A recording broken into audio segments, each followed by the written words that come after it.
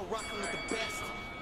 Who's the boxing show that's knocking out the competition? The kick-ass podcast that make you want to listen. The place where boxing fans and fighters rejoice. Thumbs up for Richie, you're listening to the fighter's voice.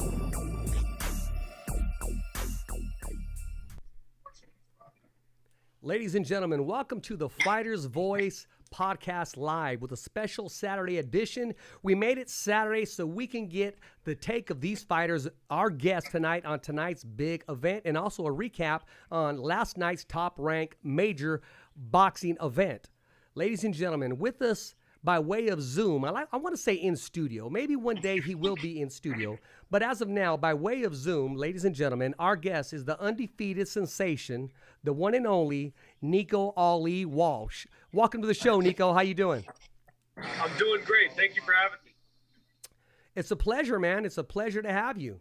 You know, questionnaire has been coming in like crazy, and, you know, everybody is kind of asking the same question, you know. So I'm going to bypass those for a little bit, and we'll get to that towards the middle of the show. But, hey, you said you're in Vegas. How's your stay in Vegas, man? Is that somewhere you reside, or are you just up here for the fight, for training, or what's going on? Yeah, no, I live here in Vegas. I've lived here for a majority of my life. So, but I'm just, you know, doing a ton of moving this weekend for the Canelo fight. You know, Anthony Dirrell's fighting tonight. So, yeah, it's just an exciting night tonight. You know what? I'm glad you brought that up. You said Anthony Dirrell, correct? Yes. Okay, he's taken on one of our own. When I say one of our own, because I'm from Fresno, California, Fresno's own Marcos Madman Hernandez. Tell us about your relationship with your buddy, and how do you see this fight going? You know, I've seen Anthony in the gym throughout the camp a few times, and he looks great. His mental is great, and he's got the right people around him. So I'm rooting with him. I sparred with him. With Anthony a few times during his camp, and he's going to look great tonight. I definitely don't see it going the distance, but he's definitely going to be victorious tonight, I believe.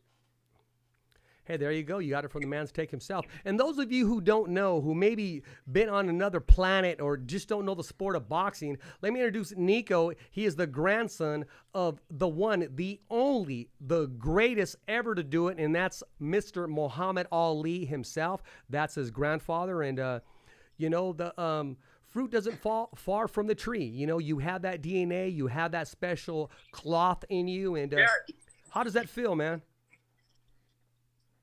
You know, it's awesome. I love the fact that there's a bunch of people within the sport that are kind of doing that, fall under that same category of continuing something special. You know, it's not just me, so I really love it, and I think it's special. No, Nico, it's not just you, but not everybody comes from the greatest in that DNA. So right. That is a special DNA. Yeah, no, thank you. I mean, it's I've been around boxing my whole life just because of that alone, and I'm really glad that everything has worked out the way it has in a boxing now. Nico, I've watched you, and you're very athletic. When you were in boxing, were you playing football at all? Did you go swimming? Did you play tennis? It looks like you could have played multiple sports. Yeah, honestly, no. I'm a one-trick pony. Boxing has been my first and only sport I've ever participated in. So once I got into boxing, I loved it. I stuck with it, and now I'm taking it, you know, extremely serious. And I'm just looking to learn and improve. Well, I mean, you're making us all believers and followers with your knockouts and just your movement and what you bring inside of the ring. Yeah, you know, it's, you know, my coach, my trainer, Sugar Hill. He likes knockouts, and you know he was raised in Kronk, so preach it, brother. That's what they're all about, and I'm very happy and proud of myself that I've been able to do it thus far. And my next fight is December 11th, and I'm looking forward to putting on hopefully my best performance yet. Yes, you will, and I want to bring up Sugar Hill coming from the Kronk gym. Emmanuel Stewart. The late, great Emmanuel Stewart. I had the privilege of talking to him multiple times on the telephone, meeting him. Very nice man. Really? Yes, absolutely, absolutely. And he is the only trainer in boxing that will train his fighter for a knockout because he didn't like decisions. he made it a point to Right. get the knockout. Yeah, well, the apple doesn't fall far from the tree in that case either, and that's what Sugar teaches, and it works. I mean, you've seen it with Tyson Fury's last fight, so it works. Yeah, and prior to that, you saw it with Michael Moore, the body snatcher, Tommy the Hitman Hearns, and the list goes on with that Stewart DNA. So you're in the right camp and, and you're in the right position. So Yeah, no, I've got the right people around me, definitely. listen, questions are coming in crazy, and one that just keeps blowing up. It says, "Well, what's your relationship and what's it like chilling with Flavor Flav?" Oh my God, Rap artist. Flav is my godfather, but more than that, he's just like family. I mean, he's the closest thing that I will get to family that's not blood related. So Public that's enemy. Flav. Yep. And another question related to that: will he ever escort you in the ring as the hype man in maybe a song coming in one day in your future? Actually, so my next fight is in New York, and Flav is from New York. We've got something special planned for this next fight with Flav being involved for like the entrance and whatnot. The next fight's going to be very special just because it's Madison Square Garden, and a lot of people are coming out to support for that one, and that one's just going to be a real special night. And Madison Square Garden, the mecca of boxing. Yeah, it's crazy. It's crazy, but it's an honor that I'm able to fight there. I was most impressed with your team when I met you in Las Vegas on the Deontay Wilder Tyson Fury trilogy, and just how well-spoken and well-mannered, and just how kind and nice your whole team was, man. Thank you. Yeah, no, I mean my team doesn't seem like a boxing team at all. They're professionals. I sent you that pic. They hold themselves that way. They dress that way, and they act that way. So I'm learning from them. That's the way I want to carry myself, and that's the way I love the way it looks. No, you're in the right position. Coming from Las Vegas and Top Rank being your promotions, leading up to that signing with Top Rank, I mean, was it just everybody coming at you at one time, or was it just an easy decision for you to sign with the promotion Top Rank Boxing? No, honestly, I always was. My goal was to become pro. But if I was ever to go pro and sign with anybody, it wouldn't be anybody aside from Top Rank, just because Bob Arum promoted my grandfather's fights, almost the majority of his fights. It was like 27. Yeah. And I mean, he had a great relationship with my grandfather, and I wanted to continue that on. I'm a man of tradition. I believe in tradition, and I love that stuff. So I wouldn't have signed with anybody else. Very well said, and that does make sense. Yeah. Early in the show, we had a former world champion, Regis Rigaroo Prograis, and he has a question for you. He said, "Ask Nico Ali Walsh, how far does he really want to go in boxing? Is his grandfather, because his grandfather Ali, we saw how boxing affected him in a positive way. Being that where great comes from sacrifices. Does he truly want to be great like Muhammad Ali, or does he just want to box just because? And how does his mother and aunts really feel about him following his grandfather's footsteps?" Well, to answer the last question, my mom and my aunts don't want to see their son or nephew getting hit, and it's inevitable to get hit in boxing. So they love that I'm continuing the legacy, but at the end of the day, they are, my family, and they don't want to see me get hurt. But I would never go into boxing. I would never take it professionally if it was just a box. I'm definitely looking to make a name for myself and continue the legacy in a great way, not just just getting out to box and just get my name recognized. That means nothing to me. So I'm definitely in it for the long term. And honestly, whatever I'm taught, wherever Sugar Hill takes me is that's where I'll go. Very well said. This next question is coming from former welterweight champion of the world, who's going to be taking on Terrence Crawford next Saturday, and that's Showtime Sean Porter. He says, I saw Nico's last fight. I saw much improvement. I saw the composure. I like what I see. Oh, yeah, I like his team as well. Make sure his team outside of the ring is just as strong. Challenge yourself. Praise negativity. Positivity will come on its own. Appreciate all that you do because it has its place. Just make sure that you always work for it and know that there's a lot against you, but you have a lot to prove and you have all the attributes to be great. Right. That's awesome. Yeah. I mean, Sean Porter, I've watched him for years. So the fact that he knows I'm fighting and, you know, I actually saw him last night real quick. I've never formally met him, but yeah, that's awesome. You know, and he's absolutely correct. You know, having the right team in boxing is essential, especially outside of the ring. You know, there's a lot of people that want to take advantage of you, but the people I have around me are the right people. They're perfect. Well, it sounds like you got a WOW team assembled and you got the right people around you. Yes. Knowing that, I mean, that's an easy puzzle. I mean, putting that thing together, or was it something that you worked on? And sometimes it becomes difficult because you have people that are close to you that want to be part of the team, but they may not be the best fit to take you to that next level. Yeah, no, you know what? It just happened, and I'm truly a believer that everything happens for a reason. I believe in fate and destiny, and I think it's destined that I met with the people that I have, and I'm where I am right now. I'm very blessed and happy to be where I'm at. Listen, there's a big fight, as you know. We're just hours away, and you mentioned from the top of the show, the Canelo and Caleb Plant.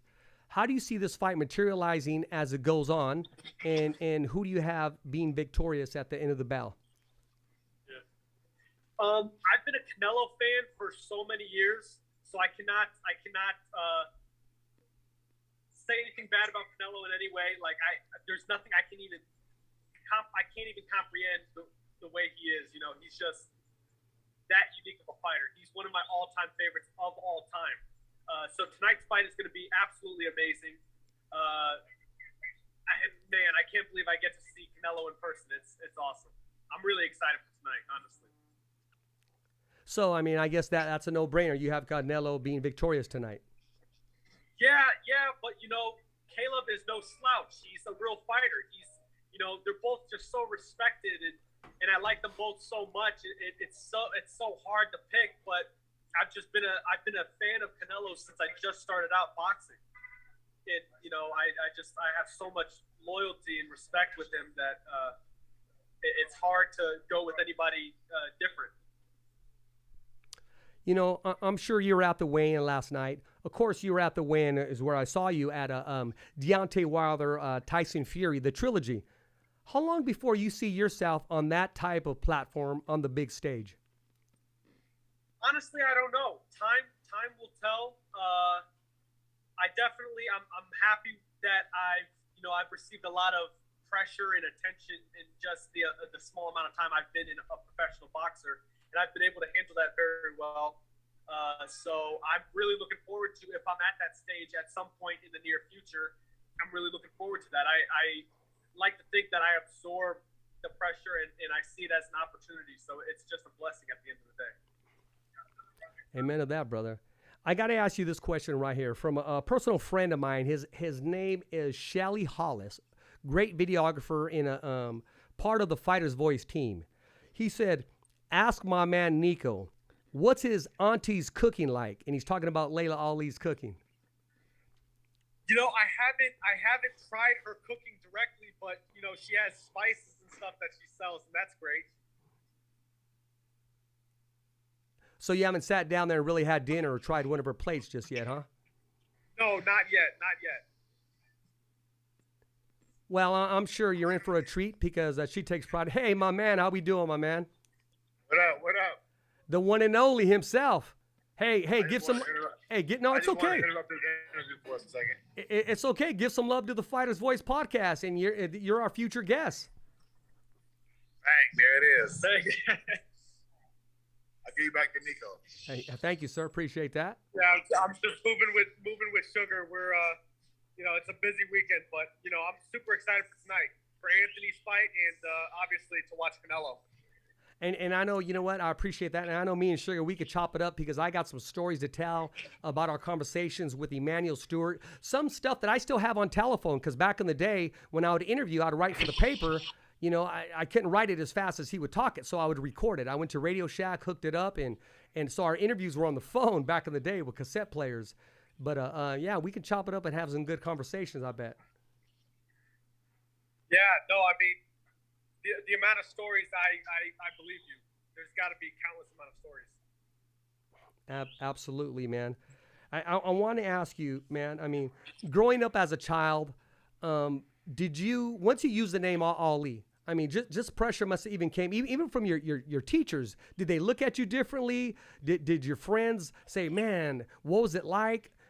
Do you still get that every day, or are you used to it because you grew up with it?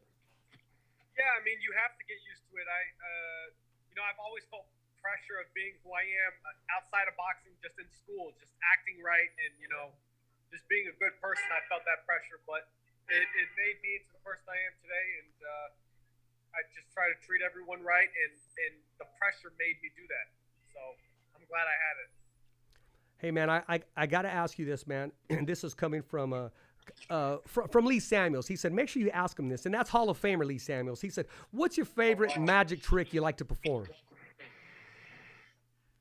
I've got a new magic trick that I do all the time now. Knockouts? There you go. It's not knockouts, but it's card tricks. I feel like I'm good at card tricks, so I can do card tricks. If you hand me a deck of cards, I'm sure I can surprise you and pull some tricks on you. Well, there you go. I mean, we'll be looking forward to that. So listen. Oh yes. You got the big fight tonight, and then you got the big fight next Saturday. But you got your own big fight December 11th, man. Madison Square Garden. I mean, the magnitude of just walking into the Garden, man. Has it overtaken you yet? Have you consumed it yet, or are you mentally prepared for that already? I'm definitely mentally prepared for it already because I don't see it as pressure. I see it as excitement. People my age and people with my experience don't get to experience that. So, the name has gotten me to this position, but it's also puts on the pressure to perform. So the name is a blessing and a curse, but I try to look at the blessings, and it's just an honor at the end of the day that I get to fight at somewhere like Madison Square Garden. There's no better place. That's quite a privilege. Yesterday, some news broke out, and it was dropped on ESPN Top Rank Boxing's card that undefeated welterweight and possibly the next welterweight sensation, undefeated Virgil Ortiz Jr., parted ways with future Hall of Fame trainer Robert Garcia. What's your take on that news? Is it good for Virgil? Is it good for Robert? Or is it just a power move? Honestly, I don't know. It's hard to say. It's sad to see people leave their trainers because a lot of the times it comes down to like money. Frank's on. Like, stupid. Bring Frank on. But I don't know what they're going through.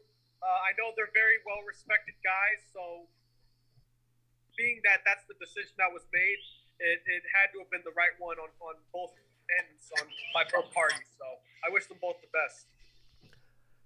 Frank Estee from Top Rank, he said he was hanging out with you last night, man. What was that like, hanging out with the man himself? I see him every time I go into the Top Rank gym. That's my dude. So I'm going to see him tonight, and we're going to hang out tonight again. There you are. We're bringing him on the show right now. So you get to talk about that. And, yeah, Frank, go ahead and turn your phone around, Frank, because you're kind of sideways. Look like you in a – yeah. Frank. Yeah, Right here? there you are, and then there Frank, you go. That's missing perfect. Out, man. Frank, Yep. you're missing out. Where you at, man? I heard I missed out a couple hours ago. Right now. Yeah. My man. I'm gonna see Frank tonight. We're gonna be hanging out tonight. I want to say something, Rich, about Nico, right? Okay, remove that Nico poster, please. is one. He's definitely something boxing needs, man. He's really truly like one of the Thank you. There's a lot of good guys, but he's like really a good guy, man. You get to see him like at every fight. Move the Crawford poster. Fans come up to him, want to chat with him. take pictures. And, Nico's just chilling, man. He just, he's out there hanging out with his friends, his family, his coach, but he takes like his time out to chat, talk with the fans, take pictures. And it just shows you, man, the kid's a star. I think his career is going to venture on past boxing when he decides he's won enough titles. And it's an honor to know him, man. He's a real good kid, real good young man, and is developing into a great fighter.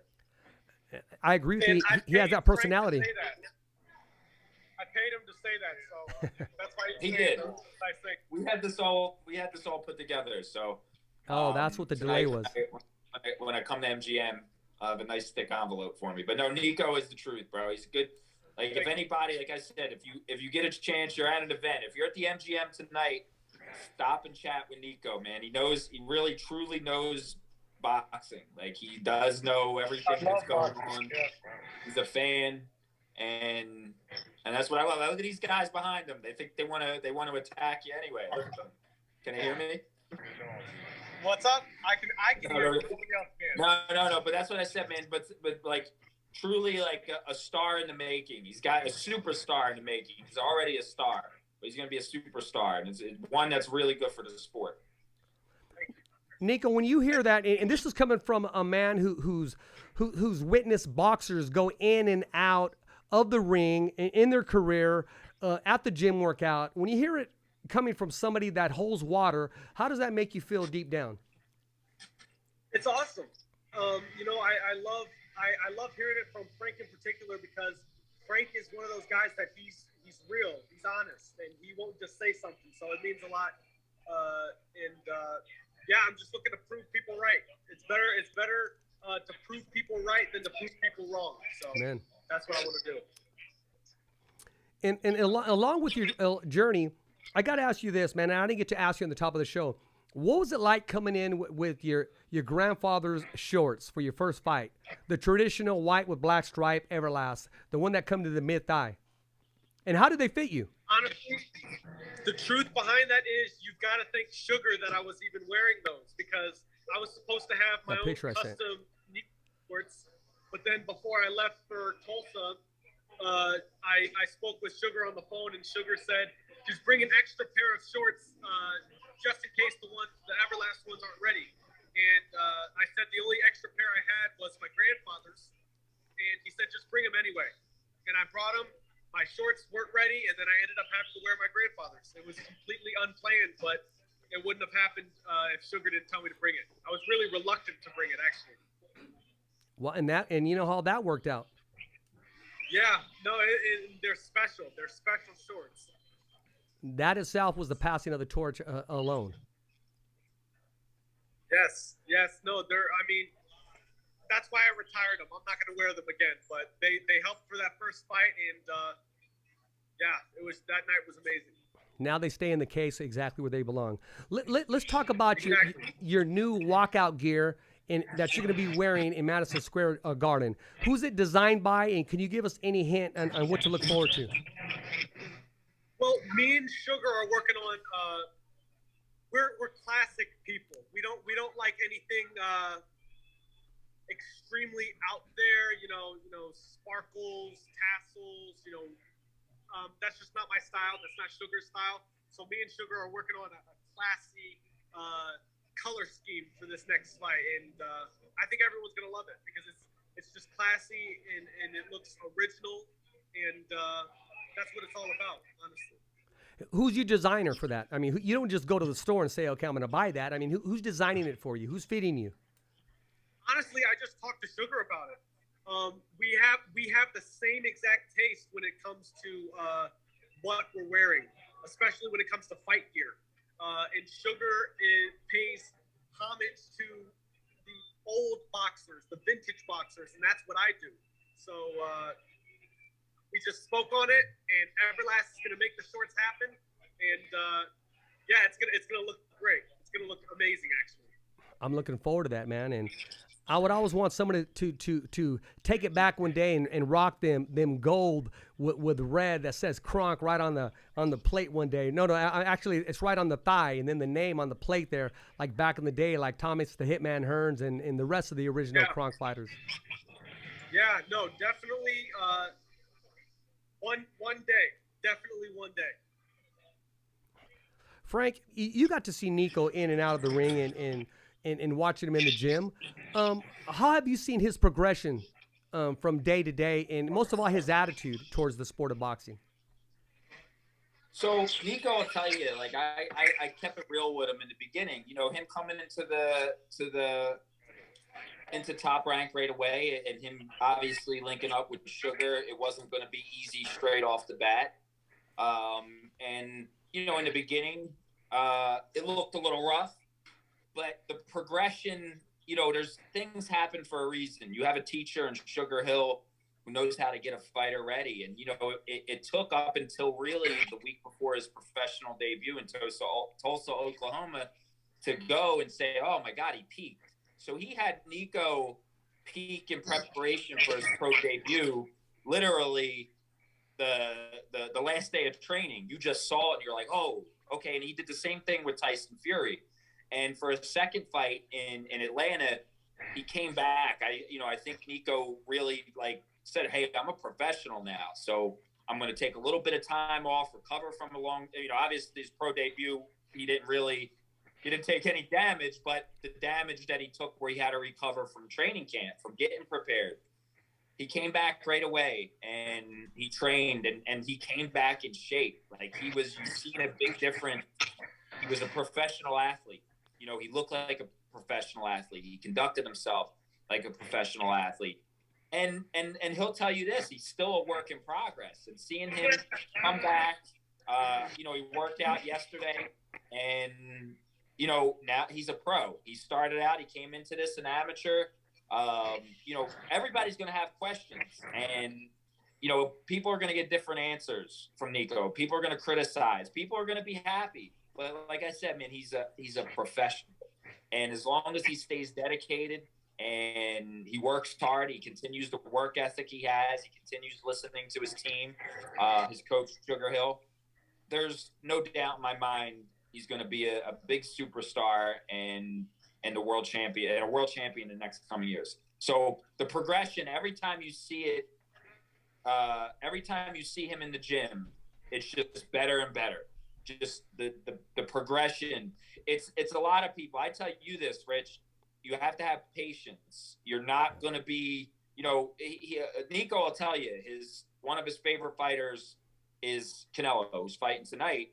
Canelo didn't become the best fighter in the world in 3 fights like Nico is right now. He knows you have to have patience. Yeah. If you don't have patience, if you have bad anxiety and it prevents you from being patient, you're going to have a rough time in boxing. You are really going to have a rough time. But he comes in every day with a great positive attitude.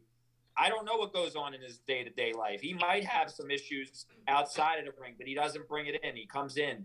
He asks questions. He asks his coach, hey, why am I doing this? How can I do this better? And he does it every day. He puts in the work, and that's the most important thing. And that's why, that's what I respect about him. Because you'll think this is the one thing he's going to always have a bullseye. And the second, when you have a famous name and you're related to arguably the greatest athlete of all time, you're going to have that bullseye. You're going to get that criticism. And Nico's not here we joke around like, hey, you should have done celebrity boxing. You should fight Jake Paul and whoever. But he's for real, bro. He is for real.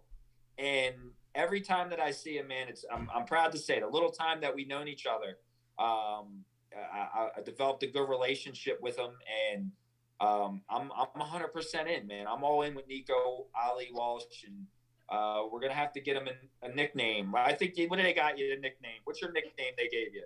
That Mark Chinook introduces you as the second coming, not the second coming. It's something like that. The legend lives on. The legend lives on. That is what he said. But we got to get him a better, listen, all due respect to the greatest Muhammad Ali. Yeah. We got to get him Nifty Nico or something well, like that. You know what? His own nickname. Well, let's announce that today here on the Fighter's Voice. Hey, send us your best nickname for Nico Ali Walsh. We're taking all comers on any ideas. And if Nico happens to pick one, maybe he'll send you an autographed glove or a ticket to his next fight. I don't want to step on anybody's shoes or promise them something we can't deliver, but hey, here on the Fighter's Voice podcast, let's do it. We can get it. Okay, let's do it. I see this guy every day in the gym. We'll get it, man. You want an autographed glove? We'll get it. Don't worry, Rich. Okay, you heard it. You heard it here. We need 100 submissions. They can't be 3. We Yes. need 100 submissions, and we need a show just dedicated to Nico picking, at least for one fight, picking a nickname that the public desires. That'd be hilarious. How does that sound, Nico? All the subscribers here, man, they'll send in their take on your new nickname only here on the Fighter's Voice. How does that make you feel? That sounds fun. That sounds great to me. Nico, can I be honest with you, man? Yes. As you were walking in the lobby there, I can't help but notice that it's the MGM Grand.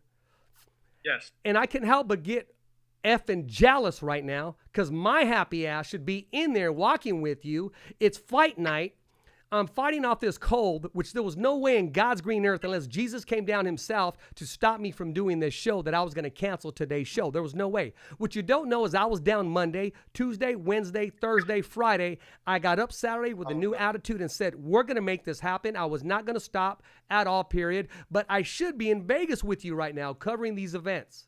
And I'm a little jealous, Nico, as I see you walking in the lobby. You will be soon. You will be soon, and I'm glad you're feeling a little bit better. But you'll be here soon for sure. There's going to be a ton of other events, and it's going to be one of Nico's events that'll be next, and possibly walking in there with you because I noticed all the signs and stuff. And I'm going, man, I know that walk, I know that background. It looks good. I should be there, and yeah, so it's coming soon.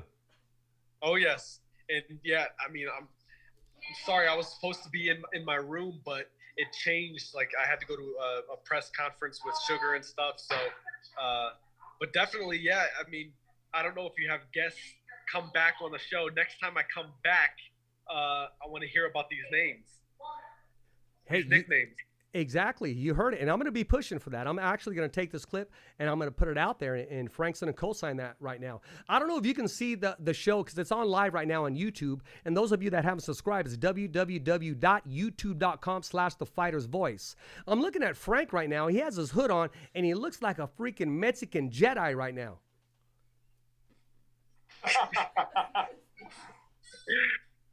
Oh, man. Well, That's a compliment. It is because that hood's coming on right now. He has this deep look, like he's not looking at you, but he's looking through your soul. The only thing, I might be disconnected from you any moment.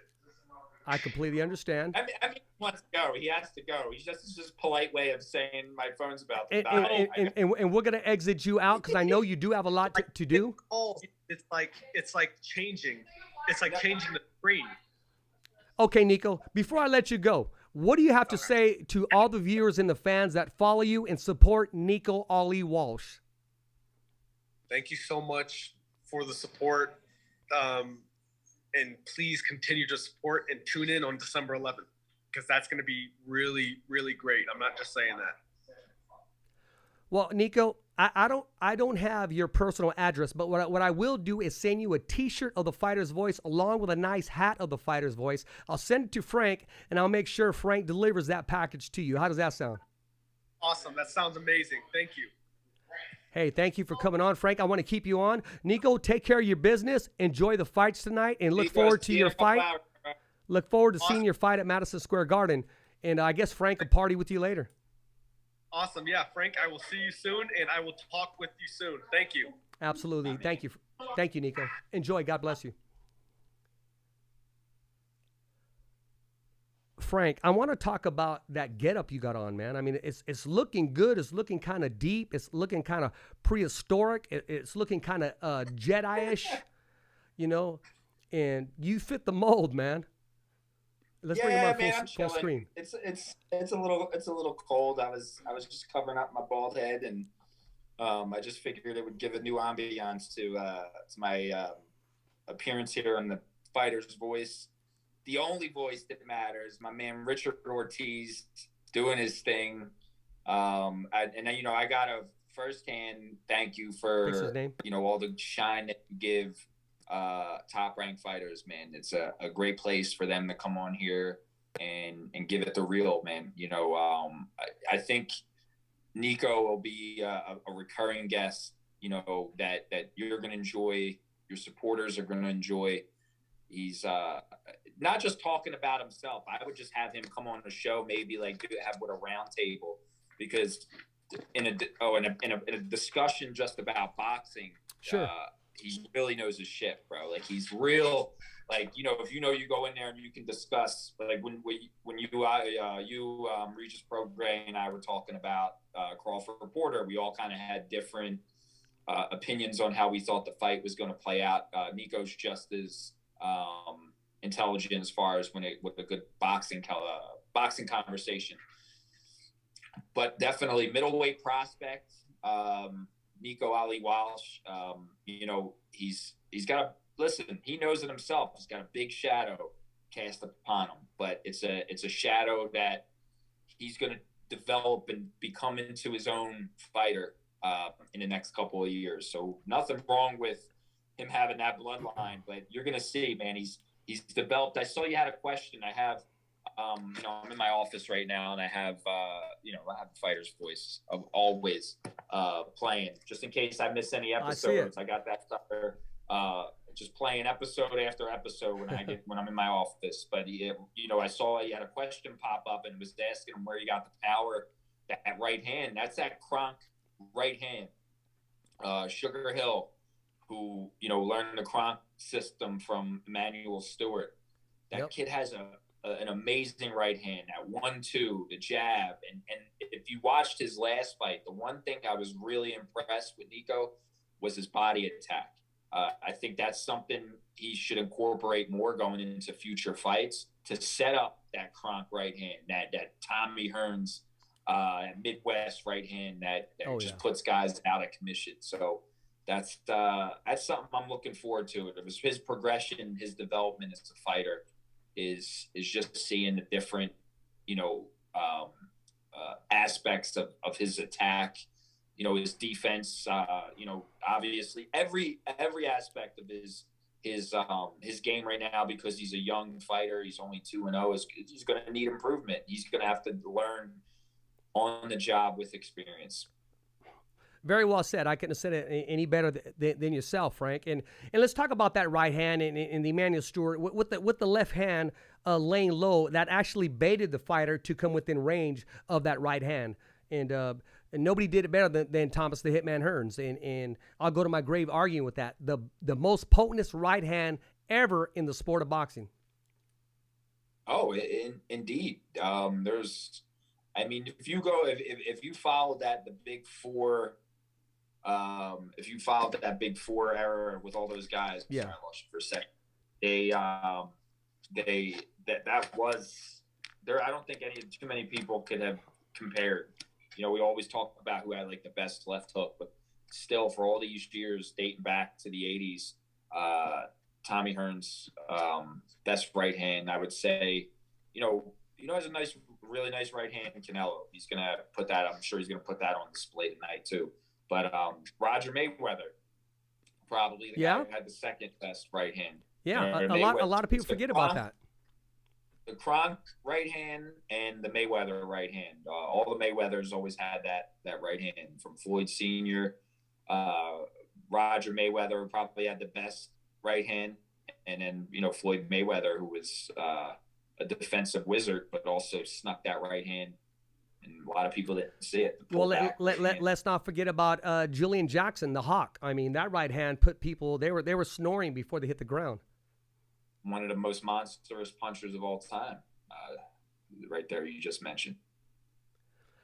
You know, Frank, we need to have like a trivia one day. I mean, I'm sure we can come out with our own board game, man. I mean, because we can sit down and talk about modern boxing today, back in the day, when the sweet science first began, and where it's at now. And I understand the business side of it, because everybody wants to get paid for their risk. But you as a matcher, and I've asked you this before, I mean, what fight that just needs to take place, not necessarily to save the sport of boxing, but as boxing fans and boxing followers, what fight really needs to take place by the year 2022? So, I mean, we kind of had. I was hoping we were going to see Fury and Joshua, but obviously that had a wrench thrown in it. There's a good chance we could probably still see that fight. But with Usyk dethroning Joshua, we lost a little luster on that. Yeah. So I'm going to go to the 135 pound division, and it's because it's a rivalry. Because these guys, they just don't like each other, and when there's bad blood, man, you're gonna have a good fight, a really good fight. So with that being said, I'm gonna say Teofimo Lopez and Devin Haney. Now I think lost your screen. I'm sorry. I lost your screen for a little bit. Yeah. The calls coming. Calls coming. Oh, okay. Through. I get it.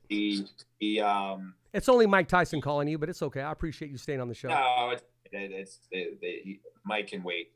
He's I'd say that's the fight. That's one of the fights that have like the most bad blood in it.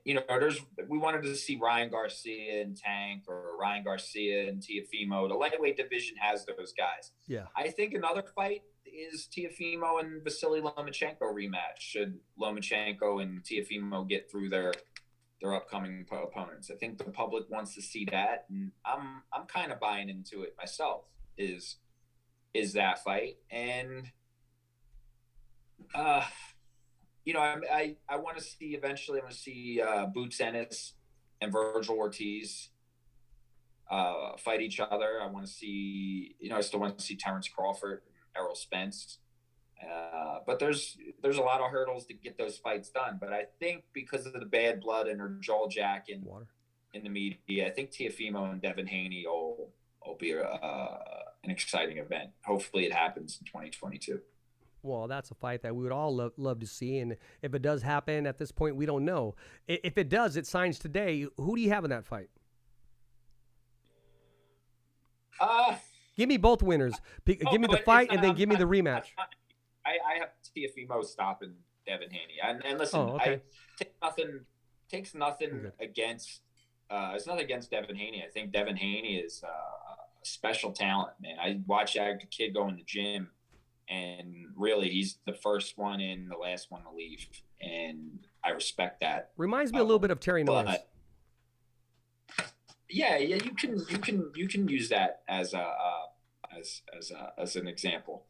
But I think Teofimo, the thing is with him, man, I think he's capable of knocking anyone out within 2 rounds. And I'm not going to say it's going to be a 2-round fight, but if he doesn't get him out in the second round, I think he stops him like between 7 and 9. But I think a lot of people would get excited, and these guys would talk so much shit about each other. And I was there. I witnessed them spar twice. There are 2 sparring sessions that they had, and it got a lot of coverage. A lot of people talked about it. Both fighters, both Teofimo and Devin, both said that they beat up the other one in sparring, got the best of the other in sparring. And people always ask me, Frank, you were there for both sessions. What really happened? I said, I'll either save it for my book if the fight never happens, or I'll give my side of the story. Frank, let me stop you right there, Frank. You write a book today. What's it called? About boxing? Yeah. Hey, you just said your book. You made reference to your book. I want to know what's your book going to be called, so I make sure to buy it. Shit. I don't know. That's bro. a pretty good. I would say just keeping it real in boxing, bro. And that's the one thing like I can say, man. You know, there's a lot of liars, bullshitters in this game, but doing all that is just going to delay your progression as a human being, or as a whatever it is you're doing in this sport, in this business. So I would just say, it would just be me keeping it real, man. I don't know, something with keeping it real, bro, because I bullshitted my way into some things and out of some things.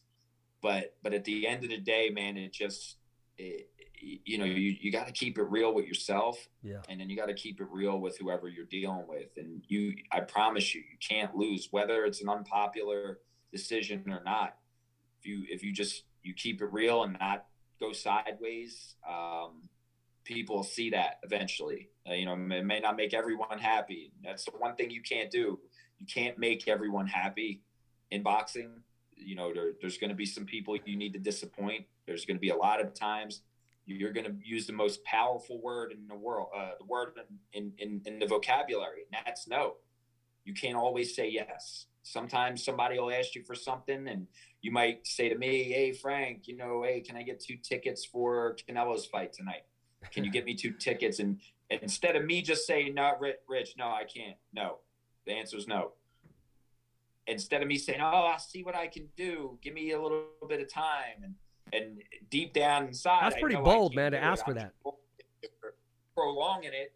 It's just keeping it real, man. Just say no, man. You just say, "I'm sorry, I can't. There's nothing I can do. I don't want to do it, or I can't do it."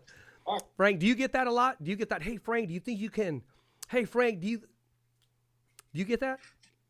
Yeah, and listen, it gets annoying. Don't get me wrong. I get that all the time. I mean, I have nothing to do with tonight's fight, but of course, someone will say, "Hey, you got any extra tickets laying around?" Absolutely, there's no such thing as extra tickets laying around in boxing. We're in the business of selling tickets. Yeah. I work for the promotion, so we're selling tickets.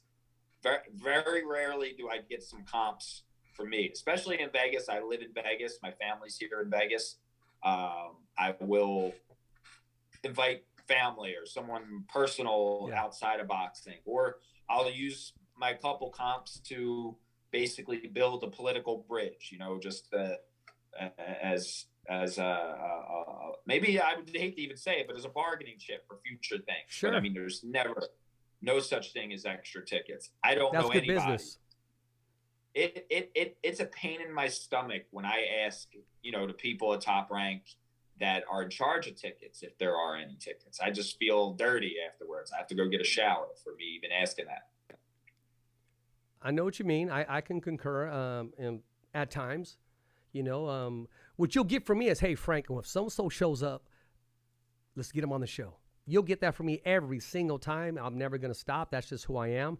I mean, look at the way the show – look at the way – what was that? I'll tell you, too. I know you will. Listen, there's guys like this. A lot of people, they'll see me with someone or whatever, and I already know. Because either one, I've asked, or I heard someone around them ask. There's just certain guys, they got a big name, and they'll bring a lot of attention to, they're going to get views. They're going to bring in some numbers. But there's certain guys that, it's almost a waste of time just asking. You know what I'm saying? Like if you said to me, Terrence Crawford, unless Terrence Crawford was in this building right now with me, and he walked in and say, "Hey, bud, here, you throw a couple questions." But he's just the type of guy that, it's not the biggest fan of interviews. When he's contractually obligated to do media, he'll do it. Mm-hmm. Tyson Fury, another one. He looks like, that guy sells a fight better than anyone. He's probably one of the best promoters in the game just himself. But to get him not in promotion, if he doesn't have a fight coming up or anything like that, it's really not worth asking. And I'm not saying because these are the big cream of the crop type of guys, but it's just hard to ask. It's just hard to ask, and hey, can you please do this for me? And you don't, not saying for you, but for anybody, you don't know what they're getting themselves into. And they may not have a good time, and they may say to you, "Hey, don't ever ask me to do this again." Or they say, "Hey, that wasn't that bad. I wouldn't mind doing it again."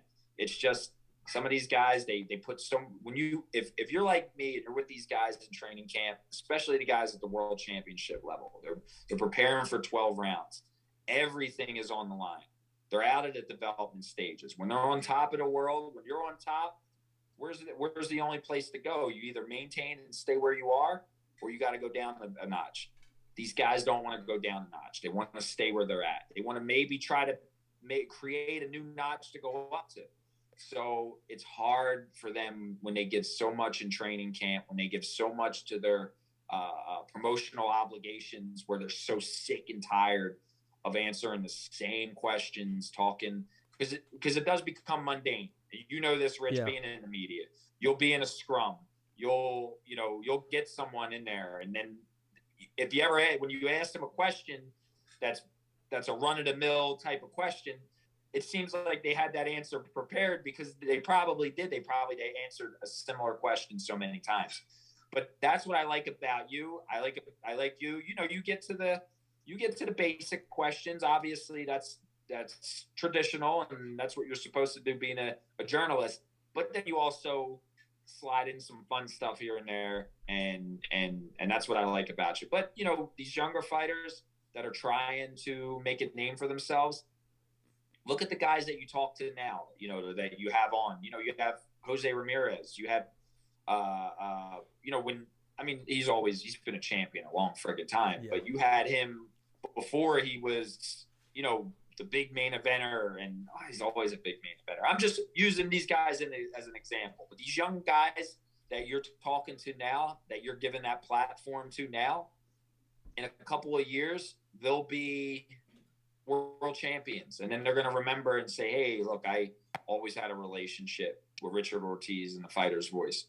And then they'll come back. And then you have that. Then it's going to be guys coming to you. Yo, Rich, you always have so-and-so, Nico Ali Walsh on your show. Can you hook him up and get us and get him on our thing or whatever? Frank, I'm glad you brought that up. I'm glad you brought that up. You know how many people reach out to me and they basically want my black book? That you work so hard and it's full of trust. My black book is full of trust. I don't just give it out unless heaven forbid there's somebody lost their home and you know, or they're fighting cancer. I may consider going that way, you know, but I worked. It's like me saying, when I had Co Escovedo on as a co-host, that's like me saying, hey, bro, get Nick Diaz on the show or get Spider Silva on the show. He knew when to bring them on or when to reach out. I never said open up your black book. These guys, Frank, on a daily, hey, Rich, can you ask this guy this for me? Or can you get him on our show? And I'm thinking, bro, you're already on TV. You're already established. So are you going to get me Conor McGregor as an exchange? Or so I just I said, look, I'll work on it. But I'm not that guy. You know, if you happen to bump into him, I'll say a good word. But I'm not just going to say, hey, Frank, I'm going to give out your number without permission and another fighter's number. I wouldn't do it. That's career suicide.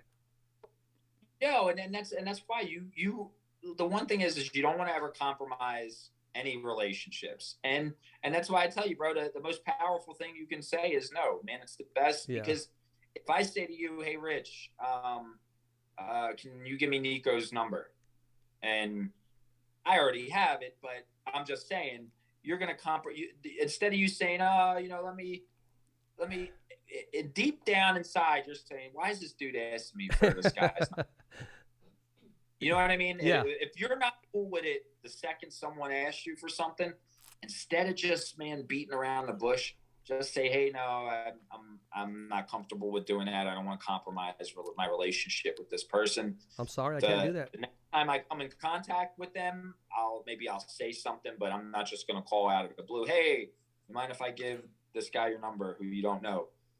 I mean, I would just say no, because if you just said, instead of beating around the bush and saying, you know, let me see, you know, I don't know if I have it in my thing, or instead of beating around the bush, I'm going to be expecting something. But if you flat out, I ask you and you say no, I'm going to be, you might have stunned me for a second by just saying no, but then I'm going to go, oh, okay. Because then I'm not going to have a why. Oh, well, why? Why can't I have it? And you just say because. It's just no. Just say no or yes.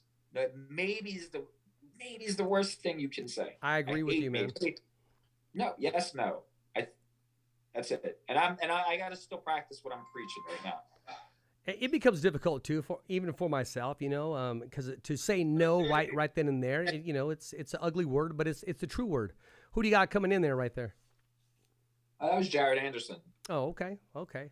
Listen, before we close, go ahead. Nothing too big. Only the best young heavyweight in the game today, the best prospect. Oh, big! Oh, the real big baby. Yeah, he's not even a prospect now. Yeah, hey, tell him I said hello. Actually, I made contact with him about bringing him on the show. I like to maybe get him on someday. But no, he's the real deal. I mean, I wish he could see you, right? Because I got it on TV. We're a little delayed on TV. Actually, he may remember because I gave him a shirt when I saw him.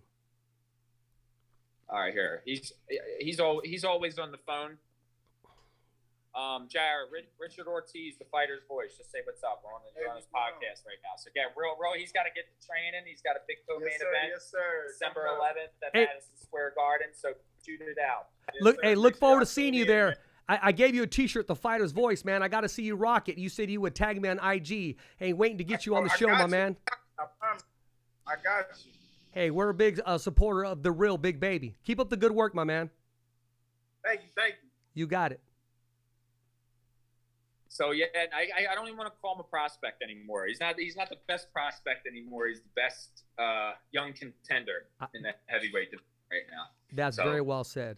And see, ladies and gentlemen, the followers and viewers, only on the fighter's voice can we make things happen like this. So, Frank, you're going to be a fan favorite. They're going to say, hey, make sure you have Frank on the show during gym time because we can make things like this happen. It's raw, it's unfiltered, and it's real, and it's okay to say no. It's okay to say no. It's not. Listen, you can still be positive, and you can still deliver good energy, and just say no. It's okay. Listen, you can or you can't. That's all it is. And listen, there's no such thing as a stupid question, man. You got to ask questions. You can't. If you need a favor or you need help, ask for help. And if the person you need the favor or help from just so happens to say no, well, we got to respect that. You know what I'm saying? Absolutely. That's just that. Absolutely. Rich, anything that I can do, any of my resources that I know I could provide to you, you're my friend. You know, it's a phone call away. I'll tell you, I don't think so. We've asked. We shot for the stars before you and I. And what did I say? I don't think it's a good idea. Yeah. You know what I'm saying? I mean, I know I was kind of beating around the bush, but in a way that was no. You know what I'm saying? So other than that, if there's, we'll work on things. Evan Korn, who's the director of media relations for Top Rank. Evan Korn is becoming one of the most powerful men in boxing. Now, he may not want that. He may not want that title. He may not want that platform. But Evan Korn is a future Hall of Famer and becoming one of the most powerful men in boxing. He is. He's the best in the business, and it's insane how dedicated he is to boxing. He's super dedicated. Very sharp too. He's like, and I mean, I know he's not going to like this comparison, but I like to think like Rick Morigian is like a mad scientist. You know what I mean? He's just crazy, but he's the best at what he does. You know what I'm saying? He's dedicated, and you got to be crazy to be in boxing. You know that's what I'm saying? That's a good comparison, but nobody comes close to Evan. No. What Evan does, listen, there's no body better in PR. There's not there's great writers, there's great columnists, but man, the way that guy does, I mean, I couldn't even explain to you what he does. You know what I'm saying? His phone has to be open. When Bob has something for him, he's got to deliver.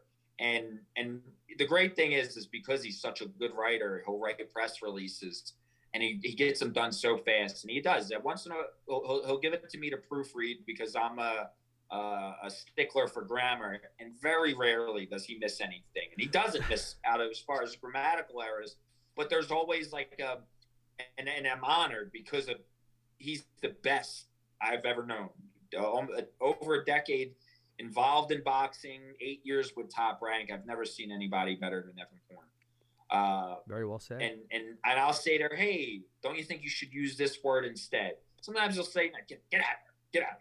Or he'll be like, yeah, you know what? That's not a bad idea. And then he puts it in there. And then the master, it's like the artist painting the portrait. And he let me put a dot in it. And I'm just like, I'm honored. because he is the best at what he does. And I know he's a big supporter of the Fighter's Voice. I give Evan a hard time all the time, but I got nothing but love for him. Not all the time. He knows I love him. But, you know, we're on a team, man, and we all just do our jobs. And it's everybody in Top Rank. And they're, you know, whether I get along with them all the time or I don't. Not just saying Evan. I get along with Evan all the time. But whether somebody I butt heads with or not, everybody who has a position in Top Rank is the best in boxing, the best in the world. And it's an honor to be a part of that team. Well, you know what, Frank, it's an honor to have you on the show, and you know, I'm going to let you do what you do best, and that's man the gates. I appreciate your time. I appreciate your input. What I do best. I sit at my desk and I watch new episodes of The Fighter's Voice. So that's what I do best. You're a true supporter, man, and you're definitely one of the few that are allowed inside of my circle, man. I got a very small circle. It had a leak. I fixed that leak, and now I know who I got locked in, and you're one of them, my man. My man, that's love, bro. Rich, anytime, bro. Thumbs up for Richie. All, man, just tune into The Fighter's Voice. I'm telling you right now, bro, it's Richard Ortiz is in the prime, and he's only getting better, man. He's delivering hot fire multiple times a week. The shows, I mean, listen, the shows he has, it's pay-per-view quality, bro. We're pay-per-view stars, future pay-per-view stars.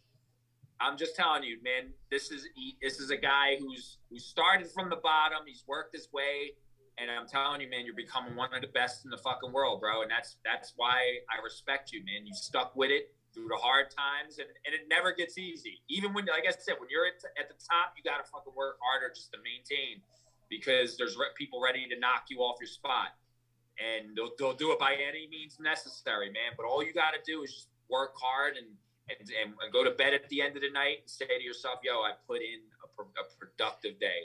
I can say to myself, I did what I had to do. And you did, and you're doing it, bro. So kudos to you, man. Keep grinding. Fighter's Voice, best in the game. I know I'll be back. You know, I tune in. You know, I show up in the comments sometimes, throw some curveballs at some of the curveball questions at some of the fighters. So yeah, tune in, show your support, like, subscribe, hit the notification bell on The Fighter's Voice. Follow The Fighter's Voice on Instagram. Always some fire content by my man Richard Ortiz. Enough said. It's a wrap here, Fresno, California, with the one and only Frank Stay. Thumbs up for Richie. Let's go. There's a lot of changes, guys.